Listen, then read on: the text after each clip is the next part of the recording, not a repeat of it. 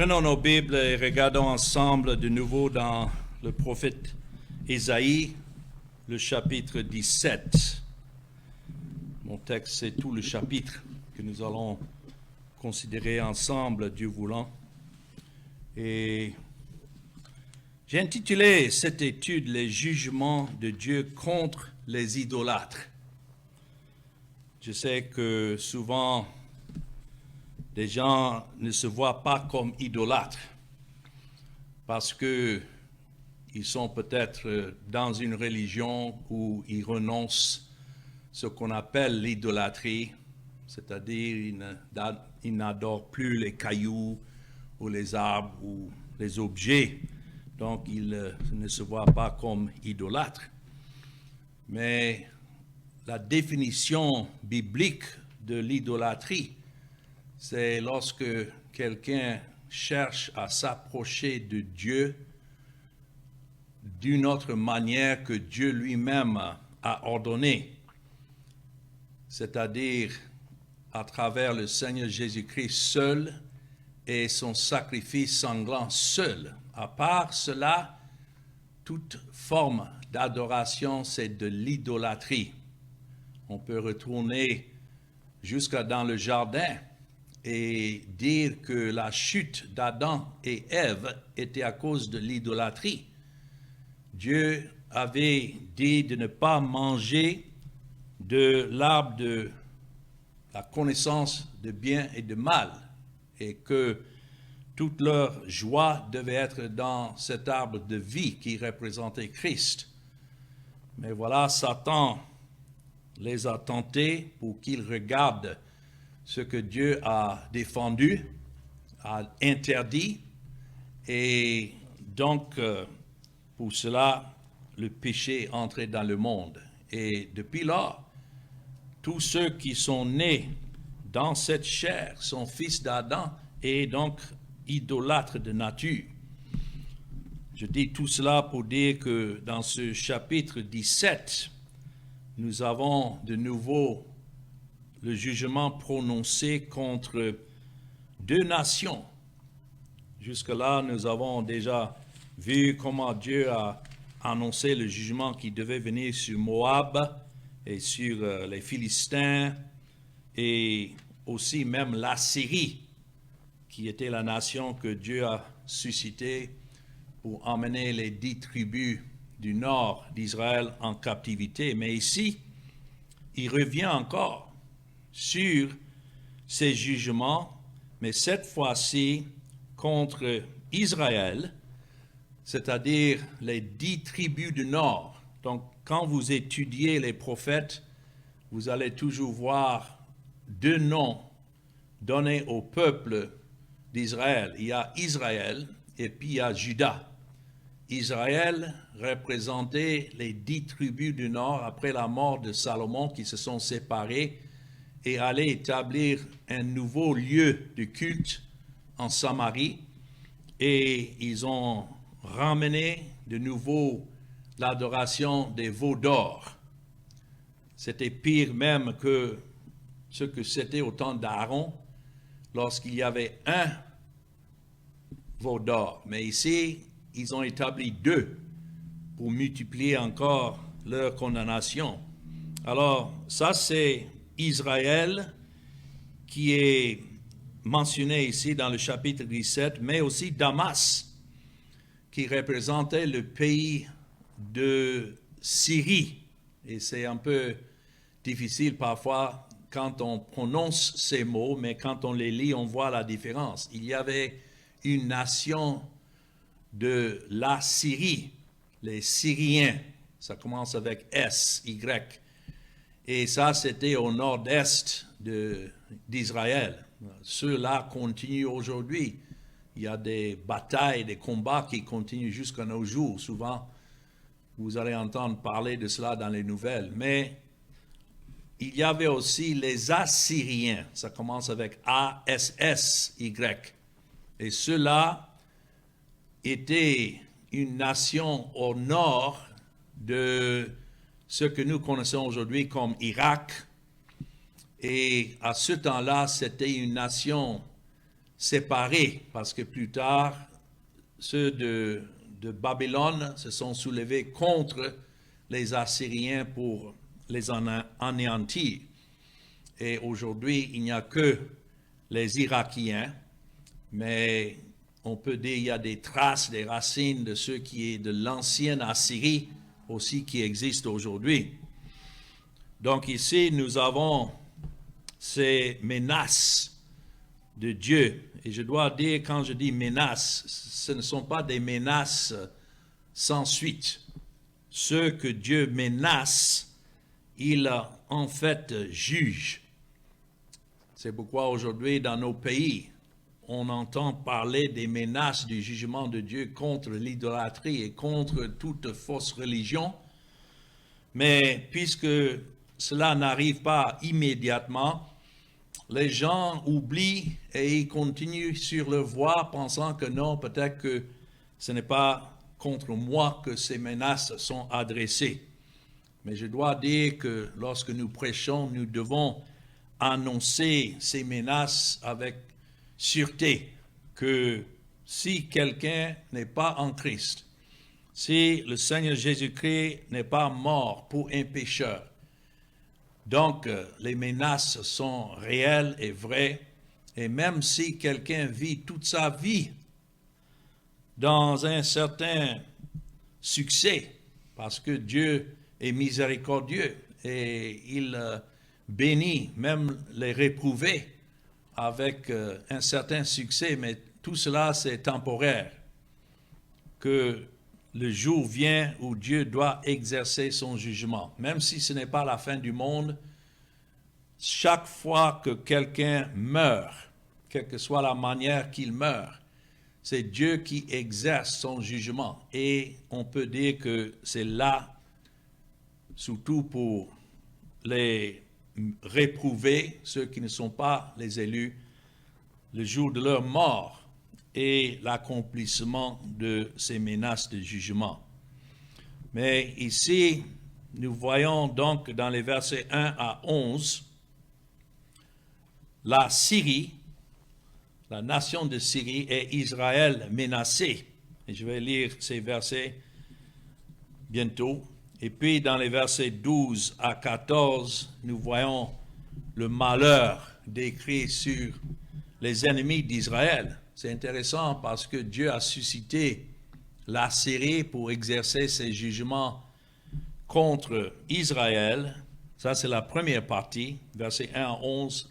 Et puis, Dieu, en retour maintenant, menace ses ennemis qui sont venus contre Israël et les juge en même temps. Donc, lisons ici dans le verset 1 d'Ésaïe 17, oracle sur Damas. Ça commence avec la Syrie. Damas était leur capitale. Oracle, encore, signifie une révélation que Dieu a donnée à Ésaïe, mais en même temps, le mot signifie un fardeau. Donc, tout en annonçant ce message que Ésaïe avait annoncé, ça pesait sur son cœur. Comme pour nous qui sommes des prédicateurs, ce n'est pas avec joie que nous nous levons pour annoncer les condamnations du Seigneur contre ceux qui ne sont pas en Christ. Ça pèse au cœur. Surtout quand nous considérons que ça concerne des membres de nos familles peut-être, ou bien des amis que nous connaissons. Mais si Christ n'a pas payé leur dette, s'ils ne sont pas élus de Dieu, donc c'est la colère de Dieu qui demeure sur eux. Donc pour nous, ce n'est pas une simple doctrine, mais ça nous pèse au cœur de devoir annoncer cela, mais nous ne pouvons pas changer la parole de Dieu à cause de nos amis ou bien à cause de les membres de nos familles. Donc, oracle sur Damas, voici Damas ne sera plus une ville. Damas était à l'époque une grande ville et capitale, mais elle ne sera qu'un monceau de ruines. Les villes d'Aroer sont abandonnées. Ça, c'était les grandes villes qui existaient à l'époque dans cette nation de Syrie. elles sont livrées aux troupeaux. Ils s'y couchent et personne ne les effraie. Imaginez l'image ici que tout est tellement dévasté que même les troupeaux pèsent dans les parties et personne n'attaque ces troupeaux, ces animaux. C'en est fait de la forteresse d'Éphraïm. Donc maintenant, les versets 1 et 2 concernent le pays de la Syrie. Et maintenant, sur les 10 tribus du nord représentées par le nom Éphraïm, ici. C'en est fait de la forteresse d'Éphraïm et du royaume de Damas et du reste de la Syrie. Il en sera comme de la gloire des enfants d'Israël, dit l'Éternel des armées. En ce jour-là, la gloire de Jacob sera affaiblie et la graisse de sa chair s'évanouira. Il en sera comme le moissonneur récolte les blés et que son bras coupe les épis, comme quand on ramasse les épis dans la ville de Réphaïm. Il en restera un grappillage, comme quand on secoue l'olivier. 2, 3 olives au haut de la cime, 4, 5 dans ses branches à fruits, dit l'Éternel, le Dieu d'Israël. Vous voyez ici, au milieu de cette annonce du jugement contre les idolâtres, nous voyons quand même la miséricorde de Dieu, parce que ce qu'il est en train de dire là, c'est comme quelqu'un qui coupe son chat et ramasse les épis et le blé. Ce n'est pas tout qui est ramassé pour le jugement dans cet exemple, mais ce qui reste, il y a toujours un reste. Et ce reste représente ceux que Dieu a ordonnés au salut, les élus de Dieu, qu'il allait préserver, même s'il amenait ses jugements contre ces pays, il y avait toujours un reste, un résidu. Peut-être très peu, et c'est pourquoi il dit là, 2, 3 olives au haut de la cime, 4, 5 dans les branches, ces branches à fruits, pas beaucoup, par rapport à ce qui a été ramassé pour le jugement, pour être brûlé, mais néanmoins un reste. Et donc, nous voyons la même chose aujourd'hui. Qui sont ceux qui appartiennent au Seigneur? Souvent, on se pose la question. Je dois dire que nous qui sommes de ce résidu, ce reste aujourd'hui, pour être sauvés et qui ont été sauvés par la grâce de Dieu dans la mort de Christ, nous sommes très peu. Mais néanmoins, il y a un reste. Voilà le message d'espoir. Et tout cela, c'est pour nous emmener à voir le dessein de la providence de Dieu, non seulement comme créateur, c'est lui qui est le créateur de toutes choses, mais aussi comme gouverneur, c'est lui qui dirige toutes choses. Ce n'est pas seulement, comme les gens disent, mais Dieu au contrôle. Non, il dirige. Tout ce qui se passe vient de sa main. C'est ça que nous voyons partout dans les Écritures, mais pourtant ici. C'est pourquoi verset 7 le dit, « En ce jour, l'homme regardera vers son Créateur, et ses yeux se tourneront vers le Saint d'Israël. » Voilà la véritable régénération, quand les yeux sont ouverts maintenant, et de voir le Créateur, ça c'est Dieu dans sa souveraineté, de qui viennent toutes choses, mais en regardant à Dieu, de voir le Saint d'Israël, comment Dieu est saint et comment il peut être juste tout en justifiant les pécheurs. Ce n'est pas dans les œuvres des mains des hommes, mais c'est dans l'œuvre de Christ seul. Donc, vous pouvez souligner ces 2 versets ici, 3 versets en fait, 6, 7 et 8, comme étant un exemple de l'œuvre de la grâce de Dieu parmi le reste, parmi les élus qui existaient à l'époque et aujourd'hui. aussi. C'est écrit, verset 8, « Il ne regardera plus vers les autels. » Notons, ouvrage de ses mains.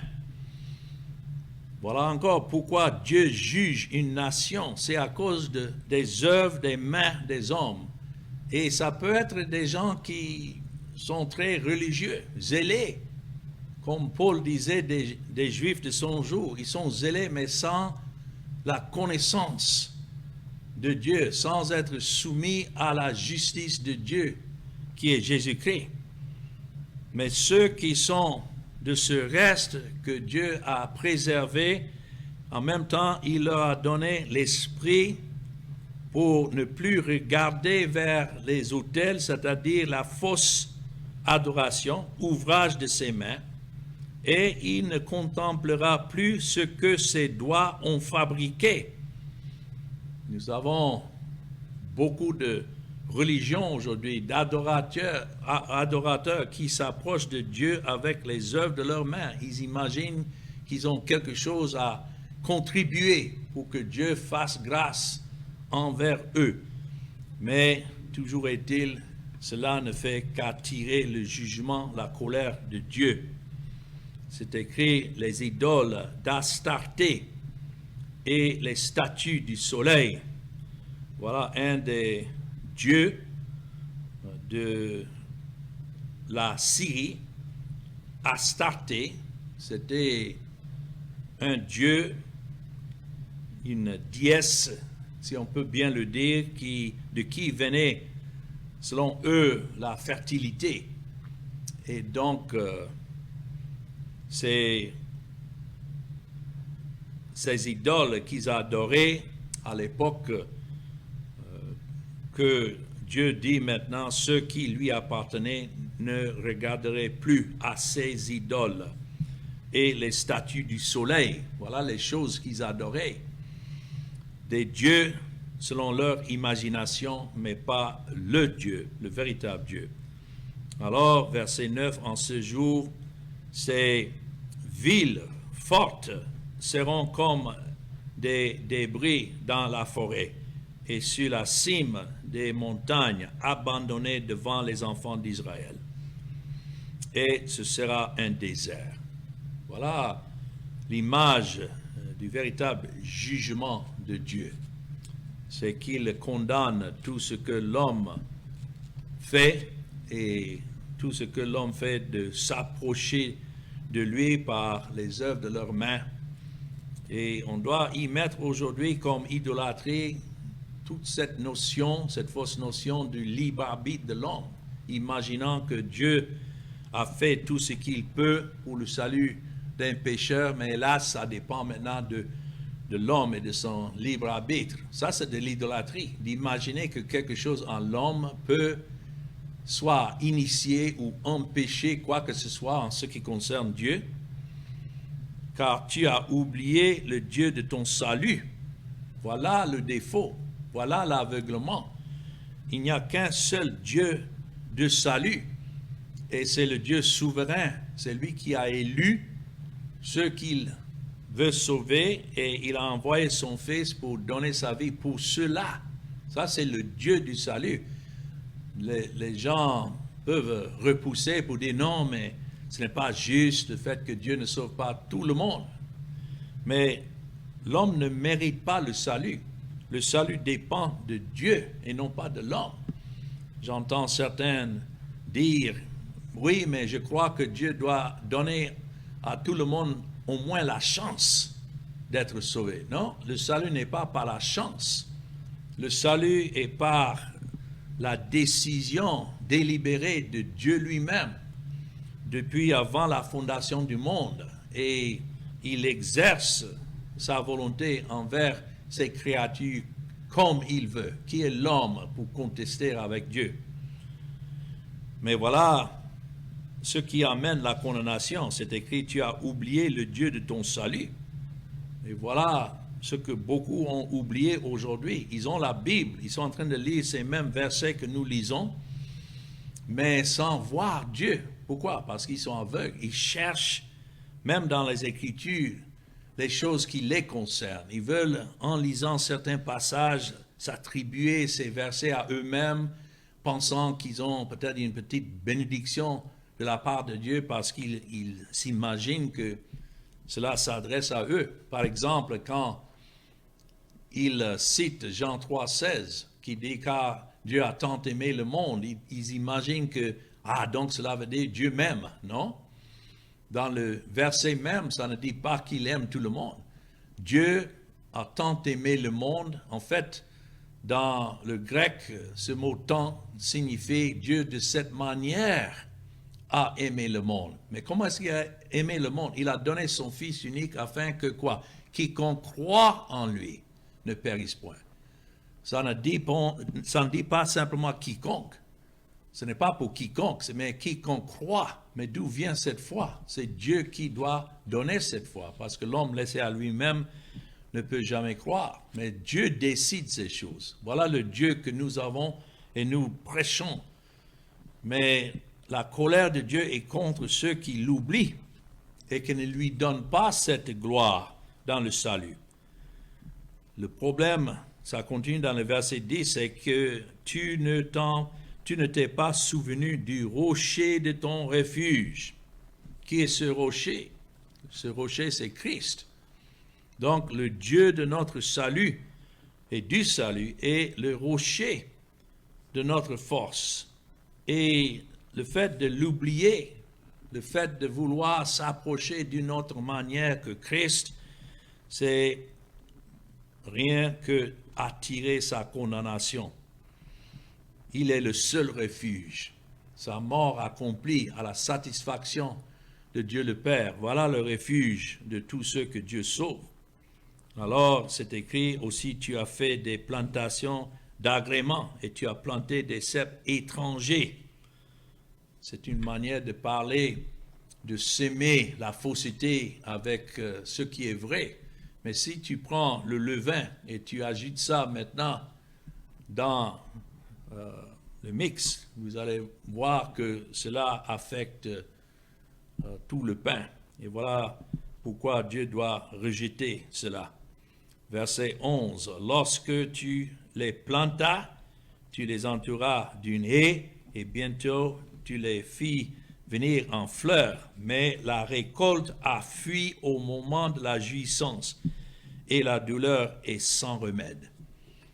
Ça donne encore l'exemple de ceux qui travaillent et œuvrent. Pour eux, ils disent qu'ils sont au service du Seigneur et en quelque sorte plantent et entourent leurs ouvrages, leur organisation, leurs efforts d'une haie. Et au moment où ils pensent pouvoir se réjouir, voilà, tout dissipé, tout est dissipé. Et la douleur est sans remède. Telle est la condamnation qui attend ceux qui cherchent à s'approcher. La diligence, quelle que soit la diligence, ne serait pas favorable pour ceux qui, comme c'est écrit là, plantent des cèpes étrangers. Cela veut dire prendre l'évangile et mélanger ça en quelque sorte avec les œuvres des mains des hommes. Cela ne peut pas réussir. Alors, voilà ce que nous avons vu, la Syrie et Israël, les 10 tribus du Nord menacées.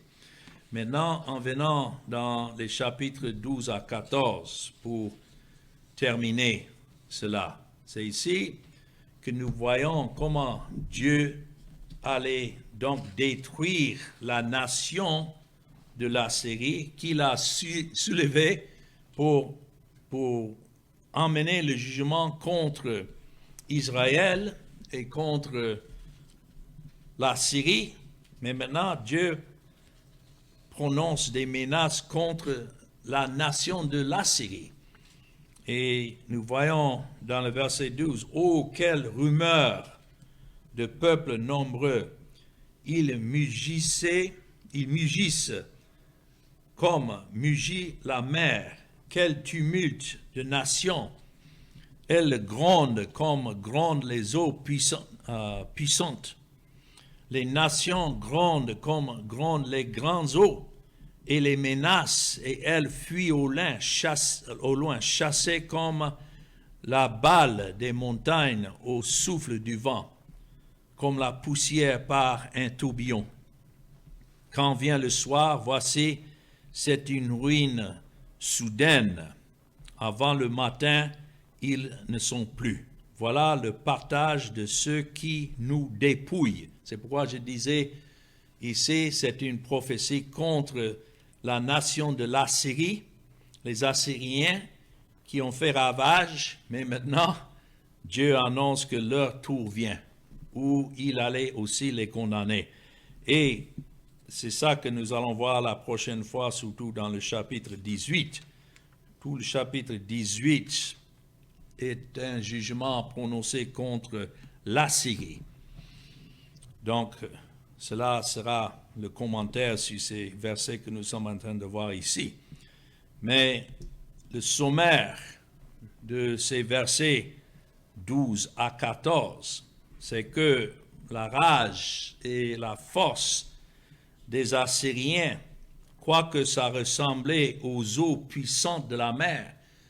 Si vous avez jamais été au bord de la mer, vous savez de quoi il s'agit ici, les vagues qui viennent, mais qui s'en vont. Les vagues viennent jusqu'à un certain point et puis retournent. Et ça, c'est l'image que Dieu est en train de donner concernant les Assyriens, comme des vagues qui sont entrées dans le pays et ont fait ravage contre les 10 tribus du nord d'Israël et aussi de Damas, mais maintenant sont reculés et qui s'enfuient comme de la paille ou bien comme une chose qui roule devant le tourbillon.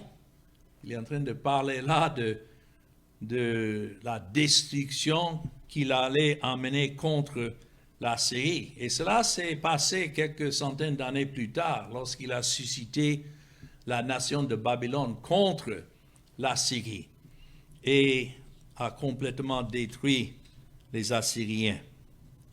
Alors, ça démontre ici l'image comme le soir, c'est comme si Jérusalem même était en difficulté, et là nous savons, parce que le roi de l'Assyrie avait menacé même Jérusalem qui est au sud, en Juda, et le temple.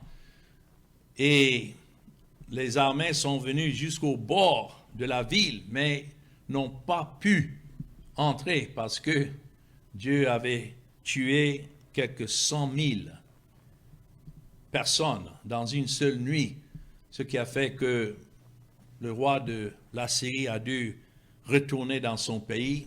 Et quelques années plus tard, il était assassiné par ses propres fils.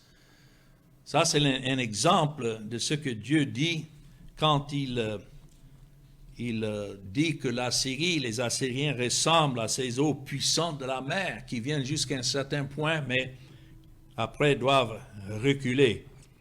Alors, quoique le soir, Jérusalem était en difficulté à cause de ce puissant envahisseur, mais levé le matin, l'armée devait être presque coupée. Ça nous montre parfois, lorsque, à la fin de la journée, quelques difficultés que nous avons traversées, nous ne pouvons pas même imaginer une voie pour nous faire sortir de cette difficulté, et nous allons au lit la nuit. Et puis le lendemain, brusquement, les choses changent. Et au lieu d'une mauvaise nouvelle, voilà, maintenant c'est une bonne nouvelle. Qui fait ça? C'est Dieu. Alors, ici, heureux sont ceux qui maintenant se souviennent de Dieu comme leur salut et comptent sur sa puissance et sa grâce.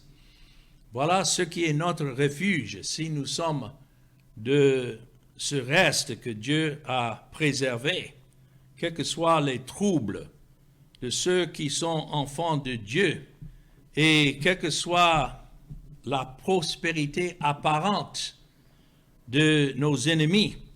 Nous savons que tout cela n'est rien, que Dieu agit selon sa volonté et il accomplit ce qu'il a promis envers les siens. Donc, c'est vrai, les croyants doivent traverser des moments difficiles. Il semble que les ennemis sont ceux qui prospèrent, mais il faut dire que la durée est courte pour les deux, parce que nos afflictions et nos troubles en tant qu'enfants de Dieu ne sont que pour un moment. Mais aussi, le succès et la prospérité des ennemis de Christ et les ennemis de son Église, sa durée est aussi courte. Mais quand on pense aussi au fait que la joie des croyants, lorsque Dieu exerce sa puissance et sa grâce à cause de Christ, ce n'est pas à cause de quelque chose en nous, mais à cause de Christ, quelle joie, et cela dure à toujours. Pourtant, la joie de ceux qui haïssent Christ et qui menacent son Église, sa joie est courte et la peine est pour toujours. Pour les croyants, la joie est pour toujours. Pour les nations, pour les idolâtres, la peine est pour toujours. Alors voilà, comme je disais, le sommaire de ces versets 12 à 14. Les nations représentent d'autres nations comme Babylone qui devaient se lever contre la Syrie, et ces nations devaient précipiter comme de nombreuses eaux contre la Syrie. Cela nous montre que Dieu est souverain et il utilise les hommes et les nations pour accomplir sa volonté, quelle que soit l'idolâtrie de ces nations. Et il fait en sorte pour porter le jugement contre la Syrie et Israël ici. Ils viendront contre eux comme une crue éclair qui ne peut être arrêtée. C'est pourquoi aujourd'hui, nous voyons une nation soulevée contre une autre. Il y a d'autres qui sont en paix pour le moment, mais demain seront maintenant en guerre. Nous ne savons pas, mais tout ce que nous savons, c'est que c'est Dieu qui fait tout cela à sa gloire. C'est pourquoi, quel que soit l'instrument que Dieu utilise, les hommes païens qui pourront accomplir ces jugements, ou en fin de compte, c'est Dieu qui les réprimandera.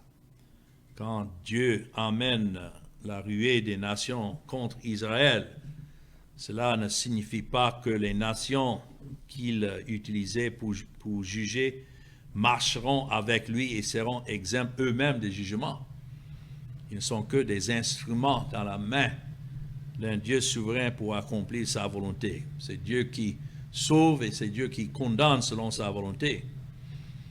Donc, au lieu de penser, comme nous lisons ici, que ces nations devaient être exemptes du jugement, c'est le contraire. Le message ici, c'est que Dieu réprimandera tout pécheur.